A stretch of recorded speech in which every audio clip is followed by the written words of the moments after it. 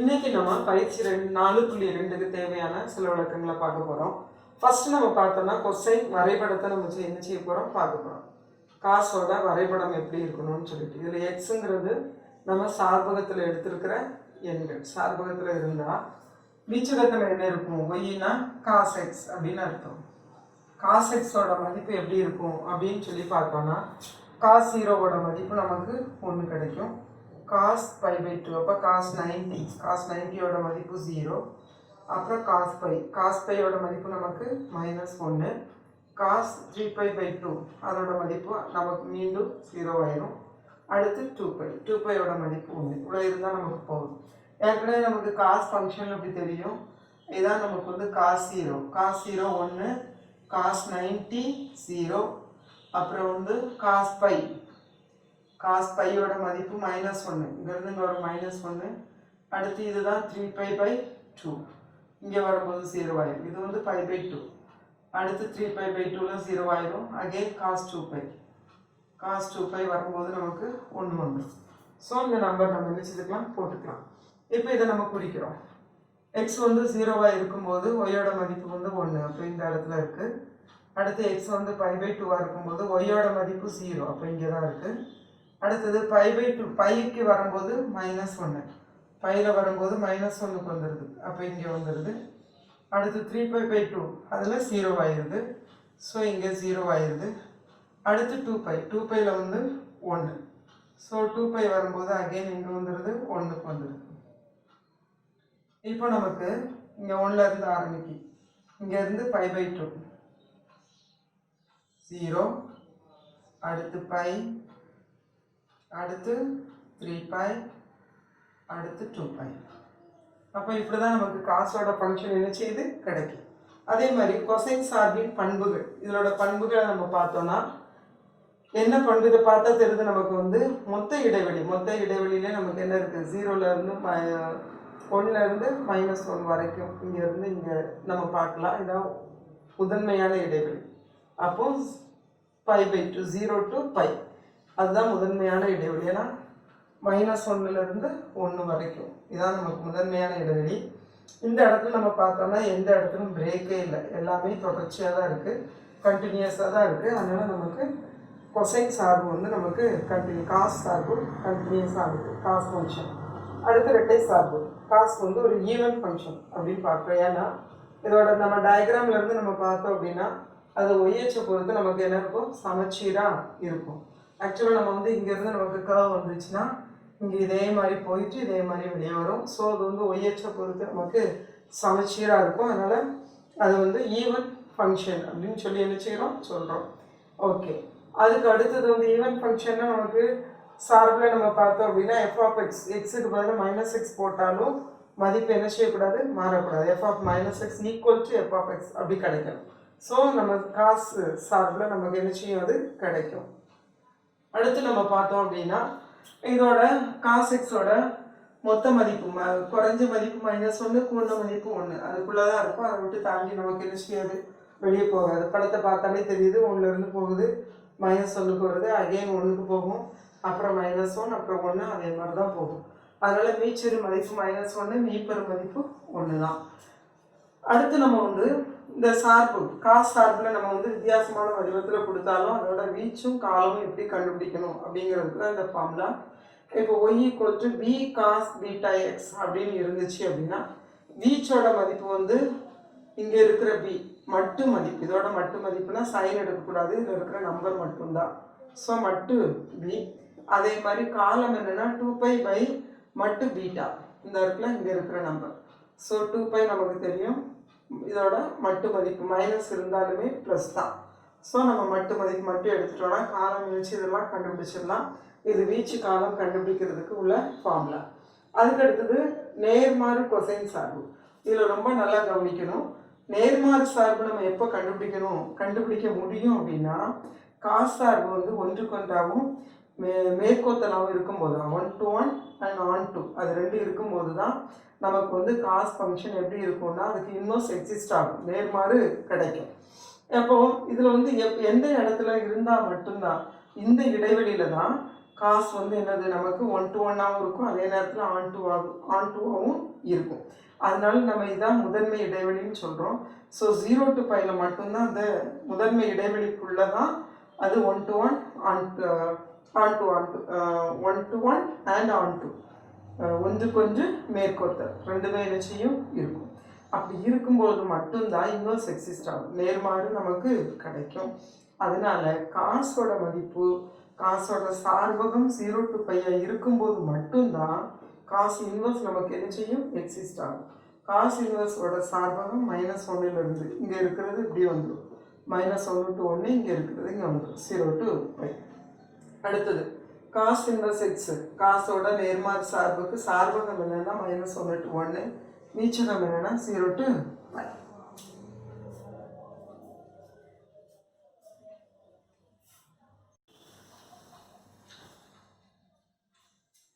பயிற்சி 4.2க்கு தேவையான இன்னும் சில விளக்கங்களை பார்க்க போகிறோம். நேர்மாறு கொசைன் சார்பு. இந்த நேர்மாறு எப்போ நமக்கு எக்ஸிஸ்ட் ஆகும் அப்படின்னு சொன்னால், கொசைன் சார்பு வந்து ஒன்றுக்கொன்றாகவும் மேற்கோத்தலாகவும் இருக்கும்போது தான் என்ன செய்யும் எக்ஸிஸ்ட் ஆகும். இருபுற சார்பாக இருக்கும்போது தான். கொசைன் எப்போ இருபுற சார்பாக இருக்கும் அப்படின்னு சொன்னால் 0 to π அந்த இடைவெளியில் தான் என்ன செய்யும் இருக்கும், 0 to π அதில் தான் அது இருபுற சார்பாக இருக்கும், ஒன்றுக்கொன்றாகவும் இருக்கும் மேற்கோத்தலாகவும் இருக்கும்.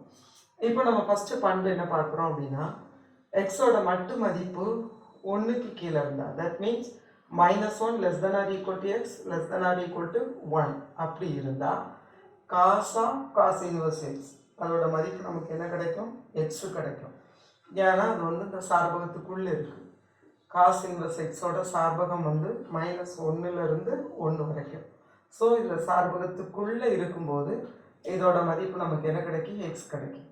அதே மாதிரி இங்கே 0 to πக்கு இடையில எக்ஸ் இருக்கும்போது ஆக்சுவலாக காசோட சார்பகம், காஸ் எக்ஸோட சார்பகம் என்ன 0 to π.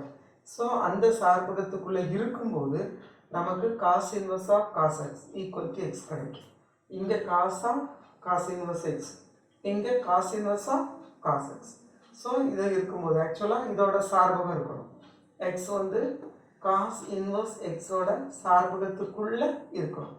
அதே மாதிரி இங்கே காஸ் எக்ஸோட சார்பகத்துக்குள்ளே இருக்கணும். இந்த எக்ஸ் இருக்கும்போது நமக்கு மதிப்பு எக்ஸு கிடைக்கும்.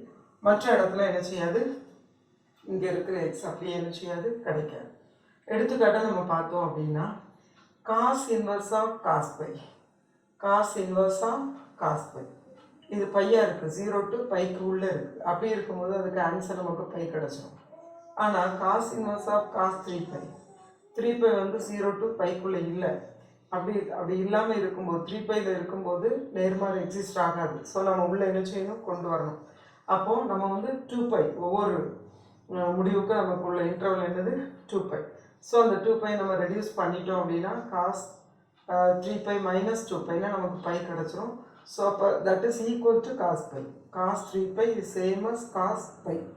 அப்போ காஸ் பையாக இருக்கும்போது ஆன்சர் நமக்கு என்ன கிடச்சிரும், பை கிடச்சிரும். அப்போது 3π இருக்கும்போது இந்த 3π கிடைக்காது. ஏன் அப்படின்னா இந்த 3π வரும்போது நமக்கு ஒன்றுக்கொன்று என்ன செய்யாது இருக்கு, ஒன்றுக்கொன்று ஆன்டு அது சேர்ந்து இருக்காது, இருபுற சார்பாக இருக்காது. அதனால் நம்ம வந்து முதன்மை இடைவெளிக்குள்ளே அதை என்ன செய்யணும், கொண்டு வரணும். இப்படி கொண்டு வரும்போது தான் நமக்கு இன்வர்ஸ் என்ன செய்யும், எக்ஸிஸ்ட் ஆகும். சரி, அடுத்து நம்ம வரைபடம் பார்க்குறோம். வரைபடம் வந்து நேர்மாறு, கொசைன் நேர்மாறுக்கு வரைபடம் என்ன அப்படின்னு பார்த்தோன்னா, 0 இருக்கும்போது நமக்கு காஸ் இன்வர்ஸ் எக்ஸ். ஆக்சுவலாக நம்ம இப்படி மாற்றி கூட புரிஞ்சுக்கலாம். எப்போ வந்து காஸ் 90 வந்து காஸ் 90யோட மதிப்பு என்ன 0, காஸ் 0வோட மதிப்பு 1, காஸ் பையோட மதிப்பு -1. இன்வர்ஸ் ஃபங்க்ஷன் இப்படி தான் நமக்கு என்ன செய்யும் கிடைக்கும். ஸோ இதிலிருந்து நம்ம நினச்சதெல்லாம் போட்டுடலாம். இப்போ வந்து எக்ஸ் 0 இருக்கும்போது ஒய்யோட மதிப்பு π/2.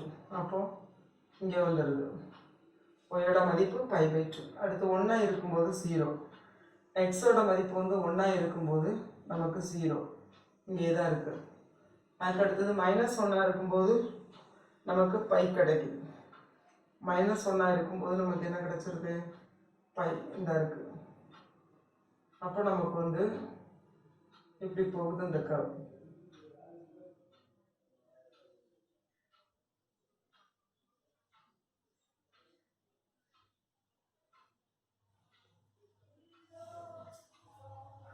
வந்து இப்படி நமக்கு என்ன செய்யுது போகுது. இதில் வந்து பார்த்தா கிளியராக தெரியுது. இது ஒய்ஹெச்சுக்கு சமச்சீராக இல்லை, ஆதிக்கு நமக்கு சமச்சீராக இல்லை. ஒய்ஹெச்சுக்கு சமச்சீராக இருந்தால் ஈவன் சார்பு இரட்டைப்படை சார்புன்னு சொல்லலாம், ஆதிக்கு சமச்சீராக இருந்தால் ஒற்றைப்படை சார்புன்னு சொல்லலாம். இதில் ரெண்டுக்கும் சமச்சீராக இல்லை, அதனால இது இரட்டைப்படை சார்பும் இல்லை ஒற்றைப்படை சார்பும் இல்லை. அடுத்து எக்ஸோட வெட்டு துண்டு வந்து 1. எக்ஸ் ஹெச்சில் 1ங்கிற இடத்துல கட் பண்ணுது. ஸோ எக்ஸோட வெட்டு துண்டு 1. ஒய்ஹெச்சில் 5/2 கட் பண்ணுது. ஸோ ஒய்யோட வெட்டு துண்டு வந்து 5/2. ஒய்யோட வெட்டு துண்டு 5/2.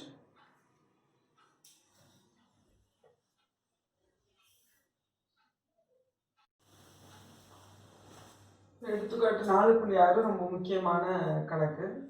இதில் எல்லாத்துலேயுமே காஸ் இன்வர்ஸ் வந்திருக்கு. காஸ் இன்வர்ஸ் வந்தால் முதன்மை இடைவெளியில் தான் சார்பகம் என்ன செய்யணும் இருக்கணும்.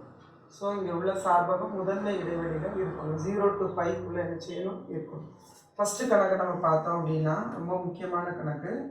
ஃபஸ்ட்டு கணக்கை பார்த்தோன்னா காஸ் இன்வர்ஸாக -1/√2ன்னு இருக்குது. நமக்கு தெரியும் -1/√2க்கு நமக்கு மதிப்பு தெரியும். ஃபஸ்ட்டு நம்ம காஸ் இன்வர்ஸாக -1/√2 மதிப்பு வந்து காஸ் 5/4 45 காஸ் 45 அப்படிதானே. சரி, இப்போ காசோட மதிப்பு வந்து குறையில் இருக்குது. சரியா, எங்கெல்லாம் குறையில் இருக்கும்? 2ஆம் கால் பகுதி 3ஆம் கால் பகுதியில் குறையில் இருக்கும். காசு வந்து இது ஆல் பாசிட்டிவ், இங்கே குறையில் இருக்கும். காசு இங்கேயும் குறையில் இருக்கும், இதுவும் பாசிட்டிவ். இப்போ நம்மளோட முதன்மை இடைவெளி 0 to π தான். பாசிட்டிவ்னா இங்கே இருக்கும், நெகட்டிவ்னா இங்கே இருக்கும். ஆனால் இப்போ நமக்கு காசு வந்து நெகட்டிவில் இருக்குது. காசு நெகட்டிவில் இருக்குன்னா நமக்கு 2ஆம் கால் பகுதியில் இருக்கும். 2ஆம் கால் பகுதியில் காசு எப்படி எழுதலாம்? π மைனஸ் தீட்டா, π மைனஸ் தீட்டா. அப்போ இது எப்படி எழுதலாம்? காஸ் இன்வர்ஸாக காஸ் π மைனஸ் π/4ன்னு எழுதலாம். π மைனஸ் π/4. இப்போ காஸ் இன்வர்ஸாக காஸ், அப்போ இது 4π மைனஸ் π, அப்போ 3π/4. 3π/4னா முக்கால் பைன்னு அர்த்தம். முக்கால் பை எதுக்குள்ளே இருக்கும்? 0 to πக்குள்ளே இருக்கும். அப்போது நமக்கு வந்து இன்வர்ஸ் எக்ஸிஸ்ட் ஆகும். 0 to πக்குள்ளே இருந்தால் இன்வர்ஸ் எக்ஸிஸ்ட் ஆகும். அப்போது 3π/4ன்னு எழுதிக்கலாம். ஏன்னா 3π/4 பிலாங்ஸ் டு 0 to π. ஆனால் இங்கே நம்ம டைரெக்டாக எழுத முடியாது, டைரெக்டாக எடுக்க முடியாது. இங்கே நம்ம டைரெக்டாக எடுக்க முடியாது, ஏன்னா மைனஸ் சைன் இருக்கிறதுனால நம்ம டைரெக்டாக கேன்சல் பண்ண முடியாது. அடுத்து நமக்கு நெகட்டிவ் மதிப்பு இருக்கிறதுனால காசு எங்கே நெகட்டிவாக இருக்கும்? செகண்டும் தேர்ட்லேயும் தான் நெகட்டிவாக இருக்கும். ஆனால் நம்மளோட முதன்மை இடைவெளி வந்து செகண்டு தான். அப்போ செகண்டுக்குள்ளே உள்ள மதிப்பு எப்படி இருக்கும்? π மைனஸ் தீட்டான்னு இருக்கும். தேர்டு வந்து π ப்ளஸ் தீட்டான்னு இருக்கும். இது π மைனஸ் தீட்டான்னு இருக்கும். ஸோ π மைனஸ் தீட்டா எழுதிட்டோம். π மைனஸ் இங்கே இருக்கிற தீட்டா. ஸோ இப்போ இதை கழிச்சிட்டோன்னா 3π/4. 3π/4ங்கிறது இந்த இடைவெளிக்குள்ளே வந்துடும். அதனால் காசு இன்வர்ஸ் எக்ஸிஸ்ட் ஆகும். இந்த இடைவெளிக்குள்ளே வரும்போது நேர்மாறு எக்ஸிஸ்ட் ஆகும். அப்போ நம்ம இது ரெண்டும் கேன்சல் பண்ணிடலாம். ஸோ 3π/4. சரி, ரெண்டாவது சம் பார்த்தோம் அப்படின்னா ரெண்டாவது சம்மில் என்ன கொடுத்துருக்குன்னா காஸ் இன்வர்ஸாக காஸா -π/3ன்னு கொடுத்துருக்குது. நம்ம இதில் பார்த்தோன்னா காஸ் மைனஸ் தீட்டான்னு இருக்குது. Cos minus theta, cos minus தீட்டான்னு இது 4ஆம் கால் பகுதி. 4ஆம் கால் பகுதியில் காசு வந்து ப்ளஸ் தான். அப்போ cos minus theta equal to cos theta தான். Cos minus theta equal to cos theta. அப்போ காஸ் இன்வர்ஸாக காஸ் π/3. இப்போ -π/3 does not belongs to 0 to π. இந்த முதன்மை இடைவெளிக்குள்ளே இது இல்லை, ஏன்னா இது 4ஆம் கால் பகுதி. ஆக்சுவலாக முதல் ரெண்டும் சேர்ந்து தான் நமக்கு முதன்மை இடைவெளி. ஸோ அதில் இல்லை. ஆனால் இப்போ காஸ் மைனஸ் தீட்டா இந்த ரிசல்ட் யூஸ் பண்ணியிருக்கோம். Cos minus theta equal to cos theta, cos theta. So cos π/3. இப்போ நமக்கு வந்து π/3 இந்த இடைவெளிக்குள்ளே இருக்குது. ஸோ நமக்கு நேர்மாறு எக்ஸிஸ்ட் ஆகும். ஸோ இது ரெண்டையும் இணைச்சி இதெல்லாம் கேன்சல் பண்ணிடலாம். So equal to π/3. ஏன்? π/3 பிலாங்ஸ் டு 0 to π. முதன்மை இடைவெளிக்குள்ள வந்தாதான் நேர்மாறு எக்ஸிஸ்ட் ஆகும், நேர்மாறு நமக்கு கிடைக்கும். அதனால முதன்மை இடைவெளிக்குள்ள இந்த கோணத்தோட மதிப்பு நமக்கு என்ன செய்யணும், வரணும். சரி, மூணாவது கணக்கு பார்க்குறோம். மூணாவது கணக்கு காஸ் இன்வர்ஸ் ஆஃப் காஸ் 7π/6. பார்த்த உடனே தெரியுது 7π/6. 7π/6னா பையை விட கூட, அப்படிதானே? அப்போ இது எப்படி எழுதலாம்? 6π + πன்னு எழுதலாம், அப்படிதானே? 6πனா பை ஆயிரும், 5 + π/6ன்னு எழுதலாம். 7π இருக்கு, அப்போ இதை ரெண்டா பிரிச்சுக்கலாம். 6π + π, 6π/6 அது பை ஆயிரும். அப்புறம் π/6 ரெண்டே கூட்டினா நமக்கு 7π/6 கிடைச்சிடும். ஓகே, π + π/6. அப்போ இது எங்கே இருக்குது? இங்கே இருக்குது, மூன்றாம் கால் பகுதிக்குள்ளே இருக்குது. சரியா? மூன்றாம் கால் பகுதியில் இருக்கும்போது காசு நெகட்டிவ், காசு வந்து குறையாயிடும். அப்போ நம்ம இதுக்கு பதிலாக என்ன போட்டுடலாம்? காஸ் இன்வர்ஸ் ஆஃப் காசு வந்து குறையாயிடும். அப்போ மைனஸ் காஸ் π/6 ஆயிடும், மைனஸ் காஸ் π/6 ஆயிடும். இப்போ காசோட மதிப்பு குறையா இருக்கு, நமக்கு தேவை இரண்டாம் கால் பகுதி தான். ஸோ நம்ம வந்து இரண்டாம் கால் பகுதிக்குள்ளே போயிடலாம். அப்போ இரண்டாம் கால் பகுதிக்குள்ள எப்படி எழுதணும்? Pi minus theta. அப்போ equal to cos inverse of cos pi minus π/6. அப்போ இதோட மதிப்பு என்ன ஆயிரும்? Cos inverse of cos 6π - π. இப்போ 5π/6. இப்போ நமக்கு வந்து 5/6 ஒன்றை விட குறைஞ்ச நம்பர். இங்கே 6 இருக்கு, 5 தான் இருக்கு, ஒன்றை விட குறை. ஸோ அப்போ 5π/6 belongs to 0 to π. அதனால இதோட மதிப்பு நேர்மாறு எக்ஸிஸ்ட் ஆகும். ஸோ நம்ம என்ன செய்யறதுனால நீக்கலாம். இன்னொருக்க கவனிப்போம்.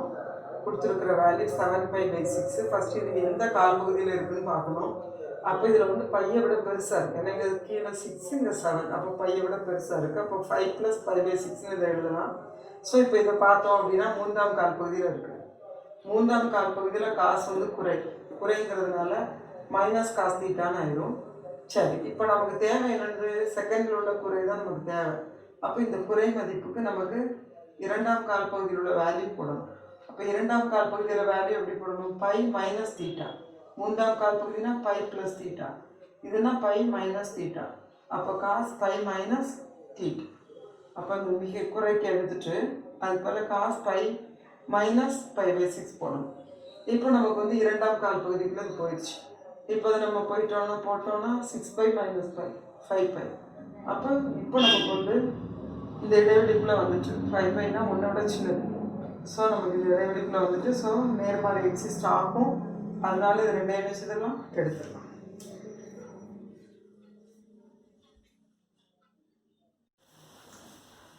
இப்போ எடுத்துக்காட்டு 4.5ல் காஸ் இன்வர்ஸ் ஆஃப் √3/2 அதனோட முதன்மை மதிப்பு என்னன்னு கேட்டுருக்கு.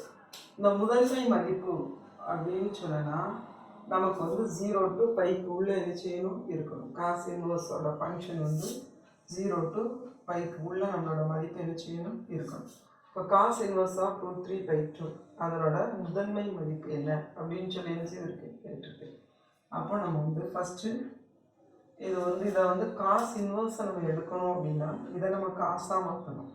இதை காசாக மாற்றுறதுக்கு நமக்கு தெரியும் எப்போ காசோட மதிப்பு √3/2ன்னு இருக்கும் அப்படின்னு சொன்னால் காஸ் 30 டிகிரி, காஸ் 30 அதோட மதிப்பு தான் √3/2. அதனால் காஸ் 30 போடுறோம். 30 தான் நம்ம வந்து ஆர்என் வடிவத்தில் π/6, ரேடியனில் π/6ன்னு போடுறோம். அப்போது √3/2ஓட மதிப்பு என்னது? காஸ் π/6. இப்போ காஸ் π/6 வந்து இந்த இடைவெளிக்குள்ளே தான் இருக்குது, 0 to πக்குள்ளே தான் காஸ் π/6 30 டிகிரி இருக்குது, இதுக்குள்ளே தான் 30 டிகிரி இருக்குது. அப்போ நம்ம வந்து இன்வர்ஸ் நேர்மாறு நமக்கு கிடைக்கும். இந்த இடைவெளிக்குள்ளே தான் நமக்கு நேர்மாறு கிடைக்கும். அதனால நேர்மாறு எக்ஸிஸ்ட் ஆகும். ஸோ இது ரெண்டும் என்ன செய்யணும்? ஆட்டோமேட்டிக்காக கேன்சல் ஆகிடும்.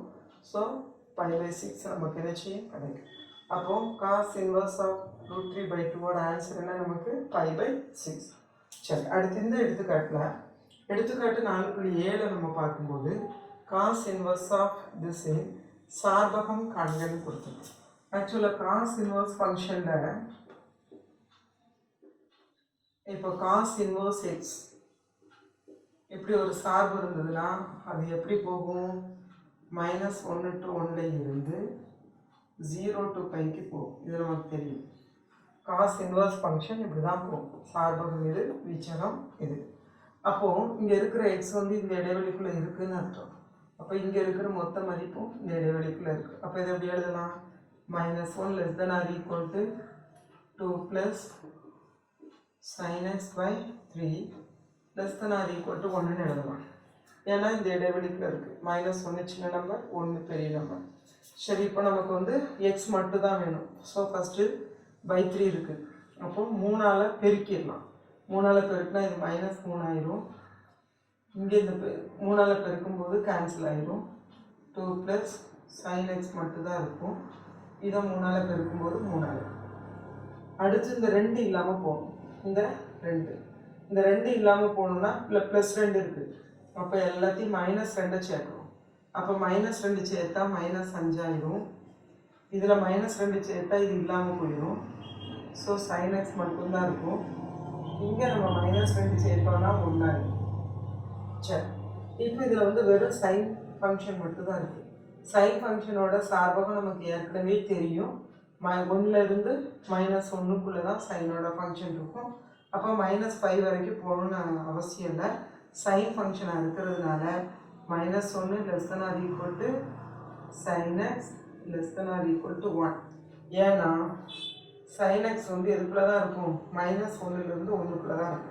அப்போ இதை வந்து இன்னும் தெளிவாக என்ன செய்திடலாம்? கொண்டு வந்துடலாம். சரி, இப்போ கொண்டு வந்த பிறகு நமக்கு சைன் வேண்டாம். அப்போ சைன் இன்வர்ஸ் எடுக்கிறோம். எல்லாத்துலேயும் சைன் இன்வர்ஸ் எடுத்தோம்னா sine inverse of -1 less than or equal to x less than or equal to sine inverse of 1. Sine inverse of -1 நமக்கு தெரியும். -π/2 less than or equal to x less than or equal to sin inverse of 1ஓட மதிப்பு π/2. அப்போ xோட மதிப்பு எதுக்குள்ள இருக்குது? -π/2லேருந்து π/2க்குள்ளே இருக்குது. அப்போ நமக்கு சார்பகம் என்ன? cos inverse of 2 plus sin x by 3 இன் சார்பகம் கீழே கோடு இருக்கிறதுனால மூடிய இடைவெளி -π/2ல இருந்து π/2 வரைக்கும் நமக்கு என்ன செய்யுது? இருக்கு.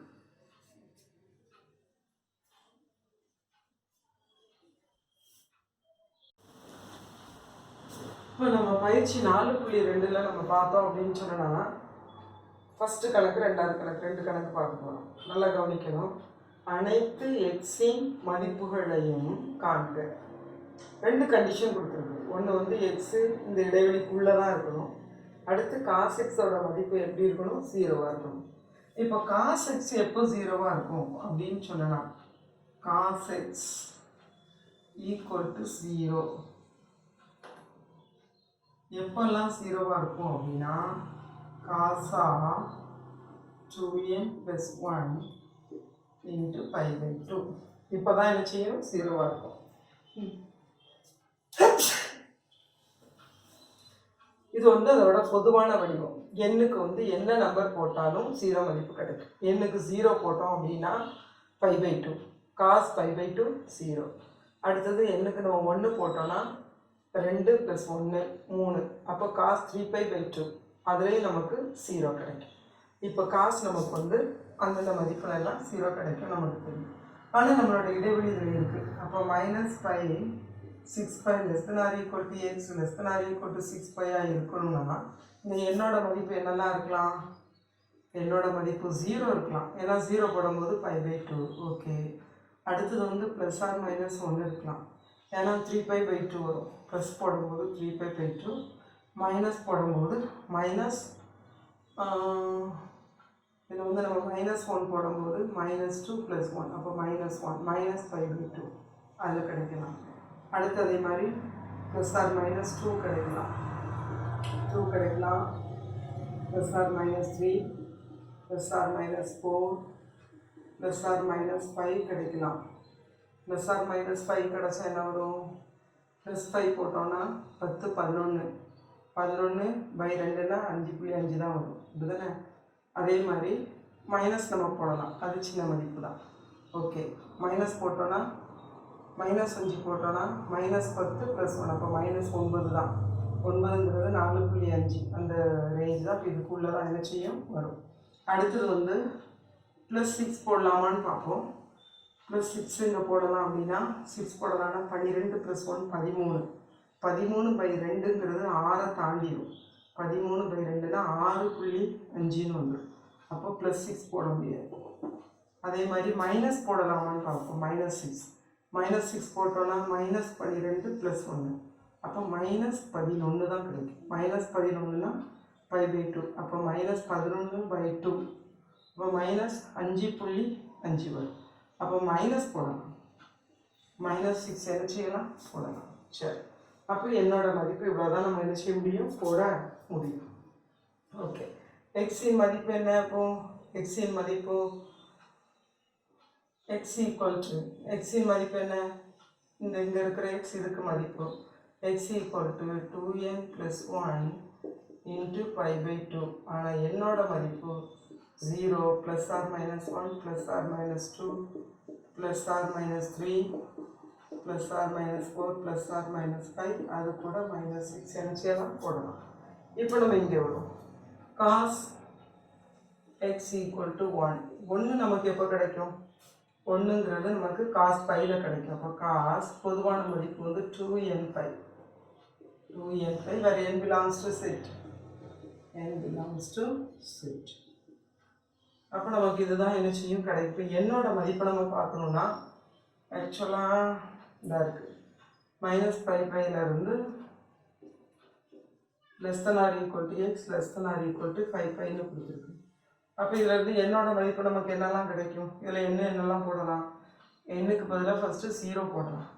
0 போட்டோன்னா cos 0வோட மதிப்பு 1 கிடச்சிடும். அடுத்தது +or - 1 போடலாம். +1 போட்டோன்னா நமக்கு 2π. ஓகே, இதுக்குள்ளே தான் இருக்குது. அதுமாதிரி -1 போட்டோன்னா -2π அதுவுமே இதுக்குள்ளே தான் இருக்குது. அதே மாதிரி +or - 2 போடலாம். ஏன்னா 2 போட்டால் 4π இவ்வளோதான் இருக்குது. ஓகேதானே? 2 + 2 போட்டோன்னா +4π -2 போட்டோன்னா -4π இவ்வளோதான் இருக்குது. அதுக்கு அடுத்தது +3 போட்டோன்னா என்ன வரும்? 3 போட்டோன்னா 6 வந்துடும். 6π இங்கே கிடையாது. π வரைக்கும் தான் இருக்குது. 6π அப்போ இது கிடையாது. -3 போட்டோன்னா -6π கிடையாது. அப்போ இவ்வளோ தான் என்ன செய்ய முடியும்? போட முடியும். அப்போ நமக்கு எக்ஸோட மதிப்பு என்ன? எக்ஸோட மதிப்பு காசு எடுத்துட்டோன்னா 2nπ. என்னோட மதிப்பு 0 போடலாம். +or - 1 +or - 2 இவ்வளோதான் என்ன செய்யலாம்? போடலாம். அடுத்து ரெண்டாவது கணக்கு நம்ம பார்த்தோம் அப்படின்னா cos inverse of cos of -π/6 not equal to -π/6 என இருப்பதற்கான காரணத்தை கூறு அப்படின்னு கேட்டிருக்கு. என்ன காரணம் அப்படின்னா இது வந்து டைரெக்டாக இந்த நேர்மாறு எக்ஸிஸ்ட் ஆனால் இது ரெண்டையும் நம்ம எடுத்துட்டு -π/6 எழுத முடியும். ஆனால் இந்த இடத்துல நேர்மாறு எக்ஸிஸ்ட் ஆகாது. ஏன் அப்படின்னா இந்த மதிப்பு 0πக்குள்ளே இல்லை. எங்கே தான் காஸ் சார்புக்கு எங்கே தான் நேர்மாறு எக்ஸிஸ்ட் ஆகும் அப்படின்னா 0 to π தான் நேர்மாறு எக்ஸிஸ்ட் ஆகும். ஆக்சுவலாக cos x from 0 to π to -1 to 1 இப்படி காஸ் இருக்கும்போது மட்டும்தான் காஸ் நேர்மாறு எக்ஸிஸ்ட் ஆகும். cos inverse x from -1 to 1 to 0 to π. அப்போ காசோட மதிப்பு எதுக்குள்ளே தான் இருக்கணும்? 0 to πக்குள்ளே தான் இருக்கணும். அப்போ காசோட இருக்கிற தீட்டா மதிப்பு குறையில் இருக்கக்கூடாது. 0 to π அது ஃபுல்லாகவே மிகை. ஸோ இது குறையில் இருக்குது. அதனால் இந்த இடைவெளியில் மட்டும்தான் நேர்மாறு நமக்கு கிடைக்கும். அப்போ இந்த இடைவெளியை விட்டு வெளியே இருக்கிறதுனால அதில் நேர்மாறு நமக்கு என்ன செய்யாது? எக்ஸிஸ்ட் ஆகாது, கிடைக்காது. அதனால இது ரெண்டையும் நம்ம கேன்சல் பண்ணி -π/6 எழுத முடியாது. அப்போ நமக்கு வந்து என்ன எழுதணும்? -π/6 does not belongs to 0 to π. ஏன்னா முதன்மை இடைவெளியில் இல்லை. முதன்மை இடைவெளியில் இருந்தால் தான் நமக்கு நேர்மாறு எக்ஸிஸ்ட் ஆகும். ஸோ கோணம் முதன்மை இடைவெளியில் இருக்கும்போது மட்டும்தான் நேர்மாறு நமக்கு என்ன செய்யும்? எக்ஸிஸ்ட் ஆகும். ஓகே, இல்லாததுனால நமக்கு இதை ஈக்குவல் டு டைரெக்டாக இதை கேன்சல் பண்ணி எடுக்க முடியாது. இதான் காரணம். அப்போ நம்ம வந்து என்பது இந்த இடைவெளியில் இல்லை. π/6 என்பது முதன்மை இடைவெளியில்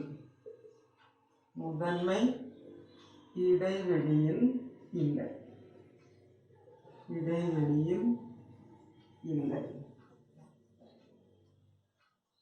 முதன்மை இடைவெளியில் இல்லைங்கிறதுனால நேர்மாறு காண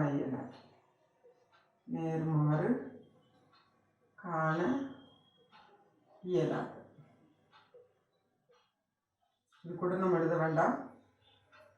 முதன்மை இடைவெளியில் இல்லை, அந்த ஒரு ரீசனை நமக்கு போதும். சரி,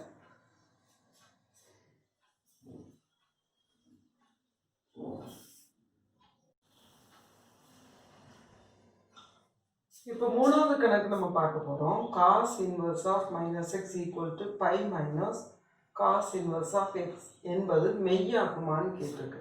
ஆக்சுவலாக இது மெய் எப்படின்னு சொல்லிட்டு நம்ம என்ன செய்ய போகிறோம்? பார்க்க போகிறோம். மெய் தான். எப்படி பார்க்க போகிறோம்? ஃபஸ்ட்டு இடது பக்கம் எடுப்போம். லெஃப்ட் ஹேண்ட் சைடு எடுத்துட்டோம். எடுத்துகிட்டு அதுக்கு டீன்னு பேர் கொடுப்போம். cos inverse of -x equal to டீன்னு எடுத்துப்போம். இப்போ இந்த cos inverse அங்கே போச்சுன்னா -x equal to cos tன்னு இருக்கும்.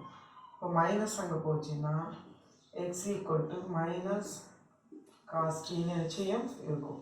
இப்போது காசோட மதிப்பு மைனஸில் இருக்குது. அப்போ மைனஸில் இருக்குன்னா இரண்டாம் கால் பகுதியில் இருக்குது. இங்கே தான் நெகட்டிவ் காஸ், இங்கே வந்து பாசிட்டிவ். காசு வந்து பாசிட்டிவ். முதன்மை இடைவெளி 0 to π தான். அப்போ இந்த நெகட்டிவ் தான் நம்ம எடுக்கணும். இந்த நெகட்டிவ் வந்து π minus θ. அப்போ இது எப்படி எழுதலாம்? காஸ் π minus tன்னு எழுதலாம். π minus t. சரி, இப்போ இந்த π minus tல இருந்து நம்ம திரும்ப இந்த காசை என்ன செய்வோம்? இங்கே கொண்டு வருவோம். கொண்டு வந்தால் என்ன வரும்? cos inverse x equal to π minus tன்னு கிடச்சிடும். இப்போ நம்ம இதாக இந்த t அங்கே கொண்டு வந்துட்டு இதை அங்கே கொண்டு போயிடும். அப்போ t equal to π minus cos inverse xன்னு கிடச்சிடும். இப்போ இந்த tக்கு பதிலாக இந்த மதிப்பை போடுவோம். அப்போ cos inverse minus x equal to இது எழுதுவோம். π minus cos inverse x. இப்போ இங்கே கிடச்சிட்டு cos inverse of minus x equal to π minus cos inverse x என்பது மெய்.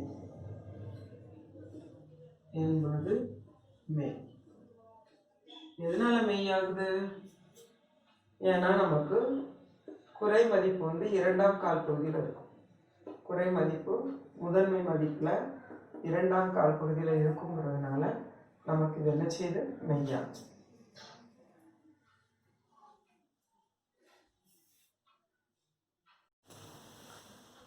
அடுத்து நாலாவது கணக்கு பார்க்குறோம். நாலாவது கணக்கு ரொம்ப ஈஸி தான். நமக்கு முதன்மை மதிப்பு தான் கேட்டிருக்கு. அப்போது 0 to πக்குள்ளே இருக்கணும். இதுக்குள்ளே என்ன செய்யணும்? இருக்கணும். இப்போ காஸ் இன்வர்ஸாக காஸ் இன்வர்ஸ் இருக்கிறதுனால காசில் எழுதணும். இந்த 1/2 காசில் எழுதணும். அப்போ காஸ் π/3 தான். ஏன்னா காஸ் 1/2னா காஸ் 60. காஸ் 60யோட மதிப்பு தான். அப்போ இதோட வேல்யூ ரெண்டும் சேர்ந்து போயிடும். Equal to π/3. ஏன் போகும்? π/3 பிலாங்ஸ் டு 0 to π. முதன்மை இடைவெளிக்குள்ளே இந்த கோணம் இருக்கிறதுனால இதை நம்ம டைரெக்டாக வச்சுக்கலாம். நேர்மாறு நமக்கு எக்ஸிஸ்ட் ஆகும். ஸோ நீக்கிடலாம். அப்போ இது இங்கே உள்ளே தான் இருக்குது. அப்போ இதோட முதன்மை மதிப்பு என்ன? காஸ் இன்வர்ஸ் ஆஃப் 1/2வின் முதன்மை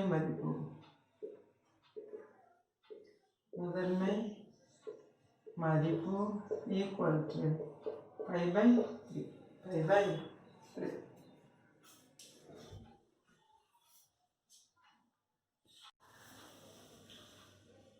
மதிப்பு காண்க. ஃபஸ்ட்டு சம் பார்த்தோம் அப்படின்னா இதில் நம்ம ரெண்டு வேல்யூ கண்டுபிடிக்கிற வேண்டியிருக்கு. Cos inverse of 5/2 sine inverse of 5/2 கண்டுபிடிக்க வேண்டியிருக்கு. Cos inverse of 1/2 equal to cos inverse of cos 1/2 மதிப்பு என்ன? காஸ் 60. காஸ் 60னா காஸ் 5/3 ஈக்குவல் டு 5/3. ஏன்னா 5/3 பிலாங்ஸ் டு 0 to 5. இதுதான் கையோட வேல்யூ. அடுத்தது வந்து சைன் இன்வர்ஸ் ஆஃப் 1/2. இந்த சைன் 1/2 மதிப்பு என்ன? Sine inverse of sine 30 degree, sine 30, அப்போ 5/6. இதுவுமே 5/6 தான். ஏன்னா 5/6 பிலாங்ஸ் டு -5/2 to 5/2. ஏன்னா காசோட முதன்மை இடைவெளி இது, சைனோட முதன்மை இடைவெளி இது, -5/2 to 5/2 அதுக்குள்ளே இருக்கணும். சரி, இப்போ ரெண்டு மதிப்பு கண்டுபிடிச்சாச்சு. அது கூட இன்னொரு மதிப்பு நம்ம கண்டுபிடிக்க வேண்டியிருக்கு, அதை அடுத்து கண்டுபிடிப்போம். இப்போ நம்ம ஆன்சர் எழுதணும். 2 cos inverse of 1/2 plus sin inverse of 1/2. இதோட மதிப்பு என்ன? 2 into cos inverse of 5/2 5/3 plus 5/6 equal to 2 pi by 3 plus 5/6. மொத்த சேத்தனை என்ன வரும்? So 4 pi plus 5 pi 5 pi by 6. இதை 2ஆல் மல்டிப்ளை பண்ணிட்டோம்னா இது 6 ஆயிரும், இது 4 ஆயிரும். 4 pi plus 5 pi by 6. இதுதான் இதோட ஆன்சர். இப்போ செகண்ட் சம் பார்ப்போம். செகண்ட் சம்மில் ஏற்கனவே நமக்கு இந்த மதிப்பு இங்கே இருக்குது. காஸ் இன்வர்ஸ் ஆஃப் 5/2 இதை எடுத்துக்கலாம். 5/3 நம்ம நினச்சிக்கலாம், யூஸ் பண்ணிக்கலாம். அப்போ இது மட்டும் தான் கண்டுபிடிக்கணும். அப்போ sine inverse of -1, sine inverse of minus sine எப்போ ஒன்றாகும்? 5/2. சைன் எப்போ நெகட்டிவாக இருக்கும்? நாலாவது கால் பகுதியில் தான் சைன் என்ன செய்யும்? நெகட்டிவாக இருக்கும். இங்கே பாசிட்டிவாக இருக்கும், சைன் வந்து இங்கே தான் நெகட்டிவாக இருக்கும். ஸோ நான்காம் கால் பகுதி. அப்போ நான்காம் கால் பகுதியிலனா sine minus theta equal to minus sine theta. So equal to sine inverse of sine of -5/2 நினச்சதெல்லாம் உள்ளே கொண்டு போயிடலாம். ஸோ ரெண்டு கேன்சல் ஆகிடும். So answer -5/2. இப்போ நம்ம சமைச்சு எழுதுவோம். Cos inverse of 1/2 plus sin inverse of -1. Cos inverse of 1/2 மதிப்பு என்ன? 5/3. 5/3 minus 5/2. ஸோ நம்ம பெருக்கணும்னா 2 pi minus 3 pi by 6 equal to -5/6. -5/6 belongs to -5/2, 5/2. இந்த இடைவெளிக்குள்ள நமக்கு என்ன செய்யுது? கிடச்சிருது.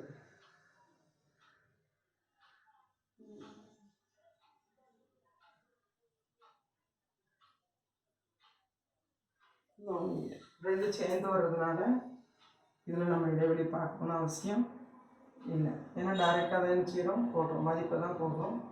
இடைவெளி பார்க்கணுன்ற அவசியம் இல்லை. மூணாவது சம் பார்க்குறோம். காஸ் இன்வர்ஸ் ஆஃப், ஆக்சுவலாக நமக்கு தெரியும் cos of a plus b equal to cos a cos b minus sine a sine b. இதில் a equal to 5/7, b equal to 5/7t. இப்போ நம்ம இதில் யூஸ் பண்ண போகிறோம். Cos inverse of cos 5/7 cos 5/17 minus sin 5/7 sin pi by 17 equal to cos inverse of ரெண்டையும் நம்ம பார்த்தோம்னா cos a plus b. அப்போ pi by 7 plus pi by 17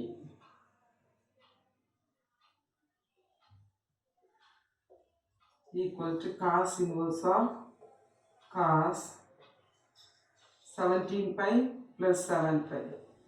17 pi plus 7 pi by 7 into 17, 119 equal to cos inverse of cos 24 pi by 119 equal to 24 pi by, since 24 pi by belongs to 0 to pi. The total value is less than pi.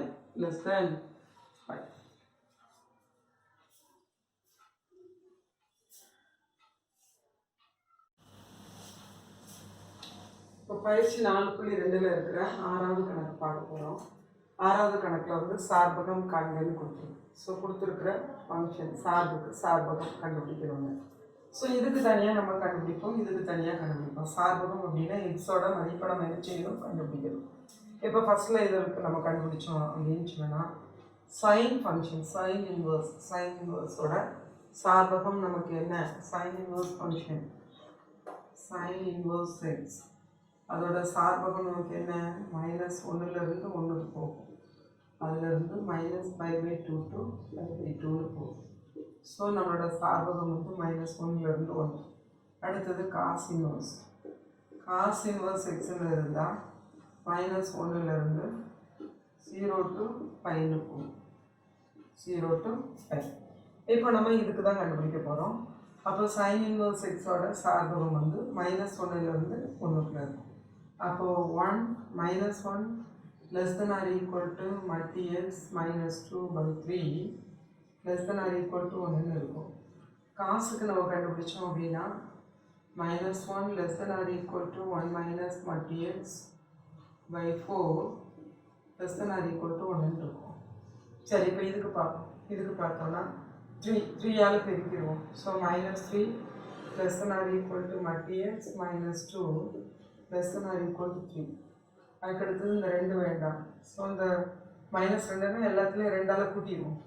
இங்கே 2ஆல் கூட்டினோன்னா -1 less than or equal to, இங்கே 2ஆல் கூட்டினோன்னா இது இல்லாமல் போயிடும், less than or equal to 2ஆல் கூட்டினோன்னா 5. இது multi X இருக்குது. Multi எக்ஸில் maximum 5 வரைக்கும் போகுது அப்படின்னா இதில் வந்து நமக்கு என்ன கிடைக்கும், multi X less than or equal to 5ன்னு கிடைக்கும். ஏன்னா -1ங்கிறது அதை தாண்டியும் போகும். ஏன்னா multi X less than or equal to 5, multi X less than or equal to 5னா -5லேருந்து +5 வரைக்கும்னு அர்த்தம். ஸோ அதனால் -1 உள்ளே வந்துடும். ஸோ இதான் நம்மளோட ரேஞ்ச். இங்கே வருவோம். இங்கே வந்தால் 4ஆல் பெருக்கணும். -4 less than or equal to 1 minus multi X less than or equal to 4. இப்போ நமக்கு 1 வேண்டாம். ஸோ இந்த +1 இருக்குது. ஸோ -1 சேர்த்துக்குவோம். அப்போ -5 less than or equal to இந்த 1 போயிடும். So multi X less than or equal to இதுலேயும் -1 சேர்த்தோன்னா 3 ஆயிடும். இப்போ நமக்கு மைனஸ் எடுக்கணும் அப்படின்னா இன்இக்வாலிட்டி சேஞ்ச் ஆகும். அப்போ மைனஸ் இன்இக்வாலிட்டி சேஞ்ச் ஆகுச்சுன்னா நம்ம 5 less than or equal to multi X greater than or equal to inequality change ஆகும். மைனஸ் சைனால் பெருக்கிறோம். -1ஆல் பெருக்கும்போது இன்இக்வாலிட்டி சேஞ்ச் ஆகும். ஸோ இது 5 ஆகும். இதில் உள்ள மைனஸ் போயிடும். இங்கே greater than or equal to -3. அப்போ -3 less than or equal to multi X less than or equal to 5ன்னு கிடைக்கும். இங்கேயுமே multi X less than or equal to 5. So இதிலிருந்து மொத்த மதிப்பு less than or equal to 5ன்னு கிடைக்கும். ஏன்னா -5 வரைக்கும் நமக்கு இருக்குது அப்படிங்கிறது இந்த ஒரு இதை வச்சு இருக்குது. -4 உள்ளே வந்துடும். ஸோ இது நமக்கு கிடைச்சிடும். இப்போ இது ரெண்டையும் சேர்த்தோம் அப்படின்னா இது மல்டி எக்ஸ் less than 5, இங்கேயும் மல்டி எக்ஸ் less than 5. அப்போ மொத்த ஃபங்க்ஷன் தான் f of x.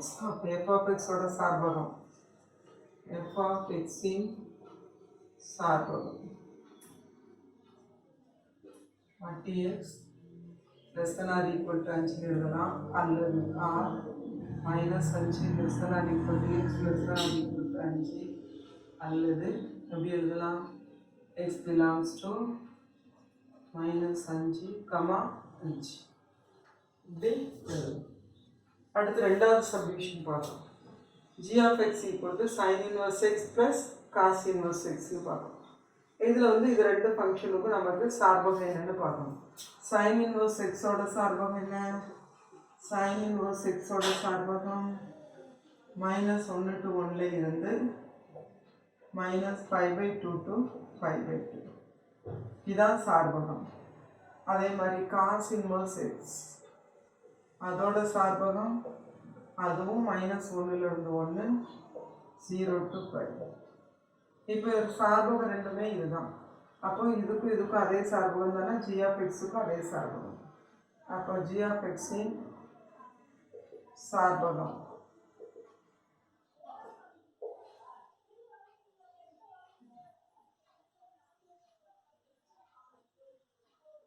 sin inverse x-இன் cos inverse x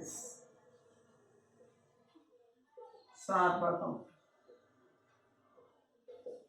-1, therefore g of x இன் சார்பகம் g of x இன் சார்பகம் -1, 1.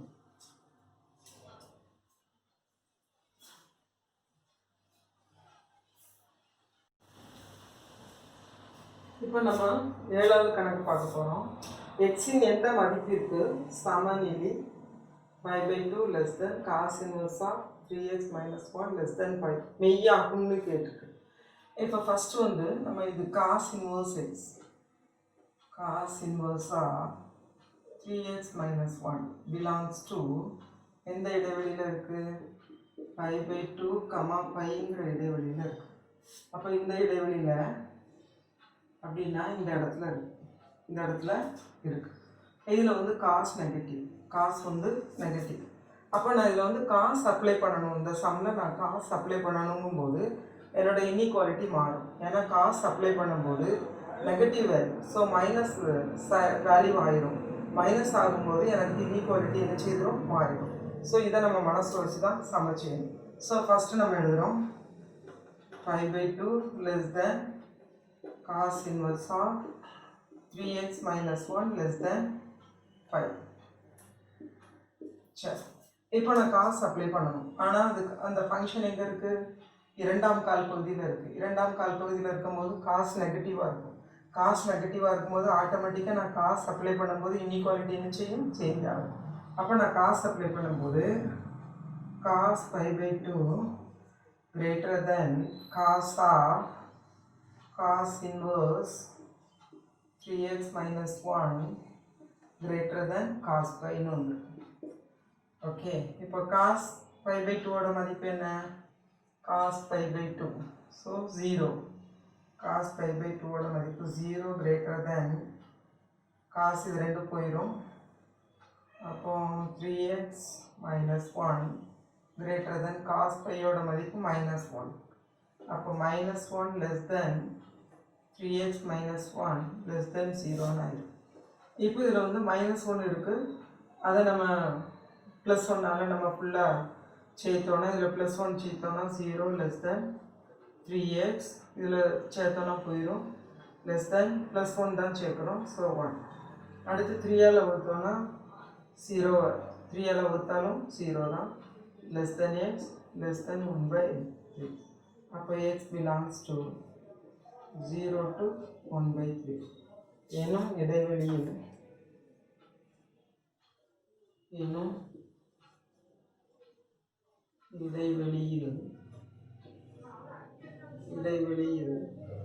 மெய்யாகும்.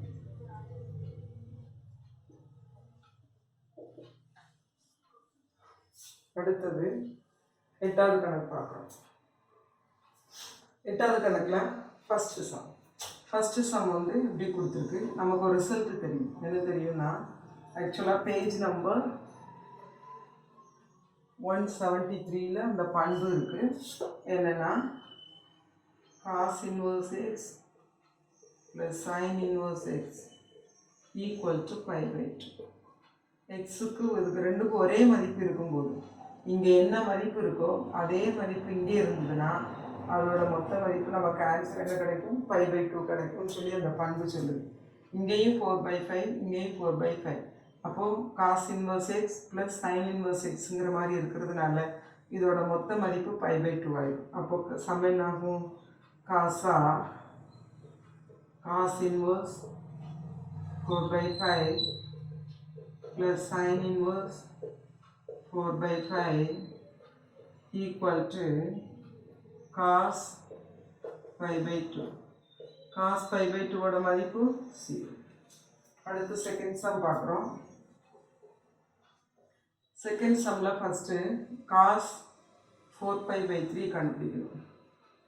cos 4π/3 இதோட மதிப்பு என்ன, இது வந்து பையை விட ஜாஸ்தியாக இருக்குது. ஏன்னா நமக்கு முதன்மை இடைவெளி 0 to π தான். முதன்மை இடைவெளி 0 to π தான்.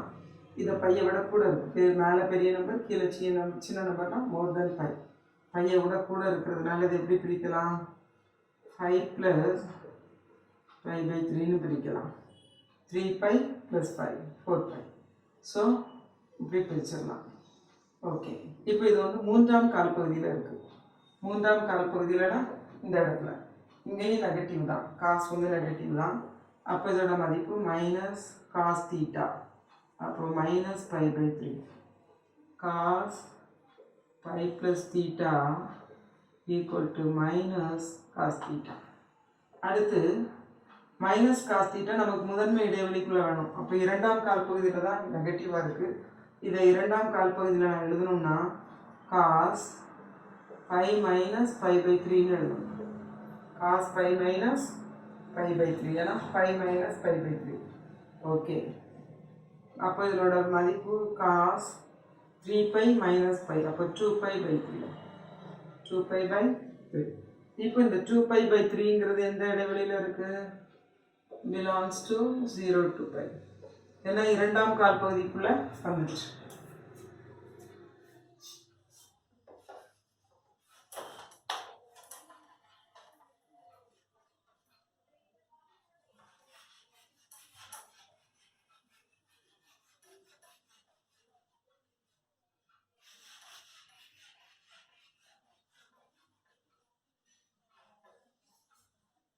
இப்போ அடுத்து நம்ம இந்த மதிப்பு கண்டுபிடிக்கணும்.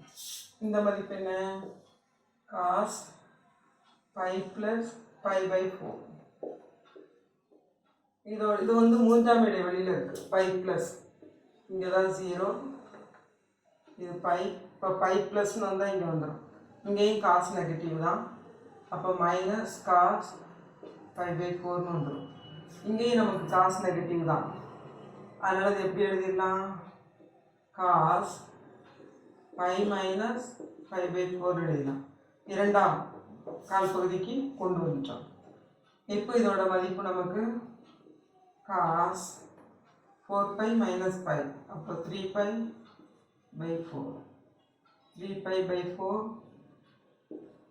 3π/4 belongs to 0 to π. முதன்மை இடைவெளிக்குள்ளே கொண்டு வந்துட்டோம். இதுவும் முதன்மை இடைவெளிக்குள்ளே இருக்குது, இதுவும் முதன்மை இடைவெளிக்குள்ளே இருக்குது. அப்போ இன்வர்ஸ் என்ன செய்யும், எக்ஸிஸ்ட் ஆகும்.